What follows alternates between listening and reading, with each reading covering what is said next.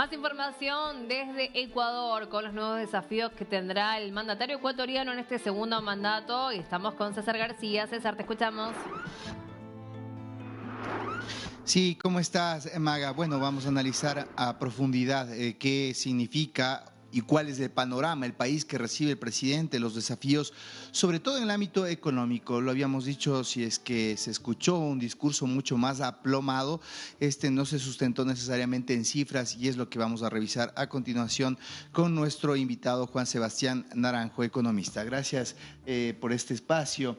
Bueno, primero, ¿cómo está el país que recibe el presidente en este segundo mandato y cuáles serían esas primeras medidas apremiantes para poder enfrentar esas cifras?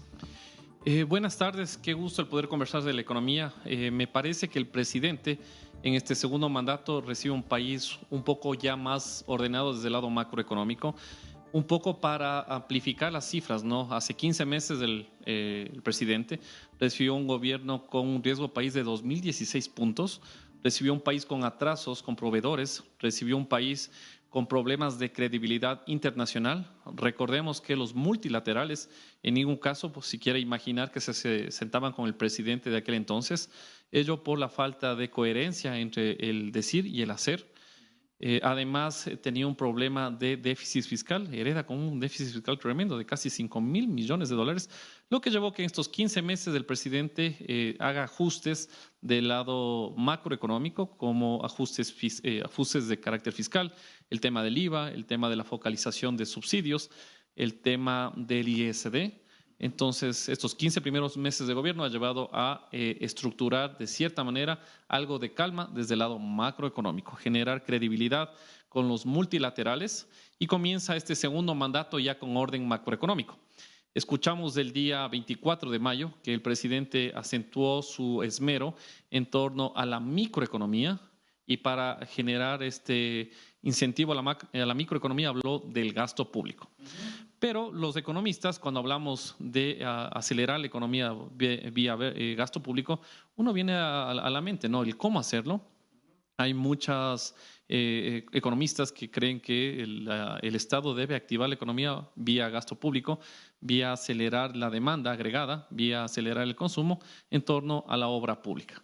Otros economistas, como de mi línea, creemos que la economía austriaca en torno a generar libertades para la empresa privada generará también un aspecto interesante para repatriar ciertos capitales que salieron por miedo a lo que hubiera pasado en la segunda vuelta electoral y además como traer inversión extranjera, ¿no? Bueno, a propósito de lo que usted acaba, parece que la niña va en los dos sentidos, porque el presidente hizo una gira internacional para atraer esas inversiones, pero también ha quedado postergadas ciertas áreas sociales en donde piensa enfocarse el presidente de la República. El tema del empleo, la informalidad supera el 50%. ¿Cómo generar empleo? Es la gran pregunta. Mire, lo interesante de gobernantes jóvenes es que no son tan no tienen una ideología marcada, sino yo creo que el nuevo sentido de la política es ser, de cierto sentido, un híbrido, ¿no? Desde el lado económico me parece interesante lo que propone el presidente, que es en inicio contar con políticas keynesianas, políticas de gasto público, pero a la vez generar este espectro de libertad económica para las empresas. Es un híbrido en donde el inicio activará las palancas de la producción vía gasto público, pero además generará este espacio para que la empresa privada se siente en el incentivo de invertir. Estuvo una gira de 16 días tanto por Europa y por Medio Oriente. Me parecía interesantísimo. Mire que la semana seguida el presidente Trump estuvo por Medio Oriente. El mundo está viendo esa edad. Comenzando la mayor cantidad de inversiones de los últimos 10 años para Estados Unidos. Entonces, solo hecho que el presidente no haya estado donde está el presidente Trump significa que el mundo entero está aperturando las puertas para el Ecuador. Bueno, ahora con respecto al endeudamiento, ¿habrá que endeudarse más, seguir trabajando con multilaterales o cuál debe ser la vía? Cuando hablamos de este gasto público, la otra arista es cómo financiamos el gasto público, cómo financiamos la obra pública con ciertas limitaciones. Las limitaciones del presidente Noboa es que tiene ya un nivel de endeudamiento altísimo, es que además tiene que cumplir con proveedores, es que además tiene un déficit fiscal proyectado por el año 25 de 4.000 millones de dólares. Pero por ahí viene, en cambio, el bien actuar de estos 15 meses de gobierno. ¿Por qué hablo del bien actuar? Porque el año 25 hay que pagar tanto intereses y capital, pero si es que el mundo, los inversionistas ven con buenos ojos al Ecuador, puede ser que se haya un reciclaje de deuda, emisión de nuevos bonos deuda, con algo de aire para el Ecuador.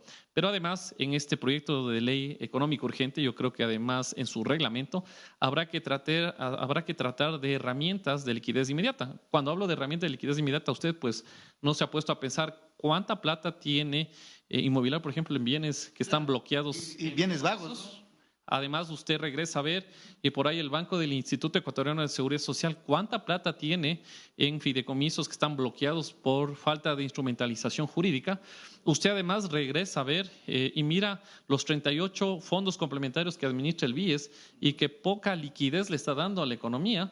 Entonces, claro, el presidente tiene muchas herramientas. Cuando los economistas hablamos de darle aceleración a la economía, hablamos de esta palabrita mágica que es del circulante, ¿no?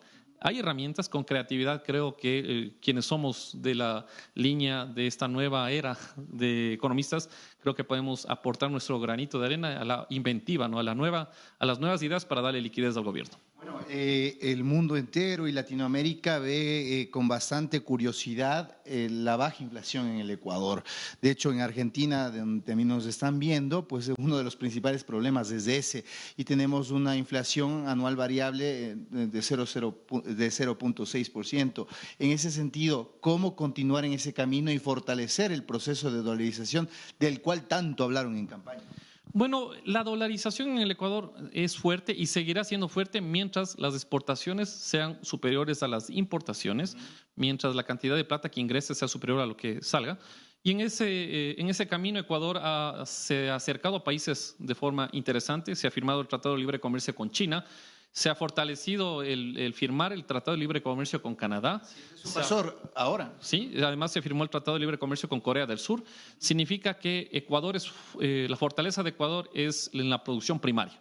Pues esos países desarrollados necesitan de Ecuador con sus exportaciones y camino a ello se fortalecerá la dolarización, ¿no? Y la inflación, bueno, no tenemos un banco central que emita moneda, por lo cual no creo que ese tipo de variaciones que sean significativas afecten a la inflación, ¿no? Gracias, le agradezco mucho, economista. Lo comprometo para más adelante seguir analizando cómo evolucionan estos grandes temas. Muy gentiles, esto ha sido el análisis desde el aspecto económico de cómo camina el nuevo mandato del presidente Noboa para estos 4 años desde el ámbito económico. Bien, entonces grandes desafíos tiene Noboa entonces para lo que viene. Ya regresamos.